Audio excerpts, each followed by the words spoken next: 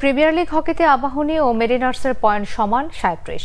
Play of match নাকি যুগ্ম champion কিভাবে শিরোপা নির্ধারণ হবে তা নিয়ে দুদলের সাথে আলোচনার পর সিদ্ধান্ত নেওয়া হবে, জানিয়েছেন ফেডারেশনের সাধারণ সম্পাদক মমিনুল হক সাঈদ। আমরা প্লে অফের জন্য আমরা যদি পয়েন্ট তালিকা সমান থাকে আমরা সেখানে চিঠি প্রদান করব।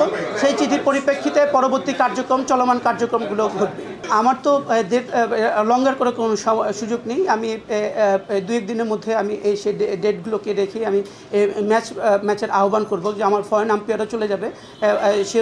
যেহেতু প্লে অফটা দুটো দলেই আপনার যদি সমান পয়েন্ট হয় তাহলে তো নিশ্চয়ই বড় দুটি দল, সেখানে আমার ফরেন আম্পায়ারের বিষয়গুলো রয়েছে। আমি ইমিডিয়েটলি খেলা পরিচালনা করার জন্য আহ্বান করব।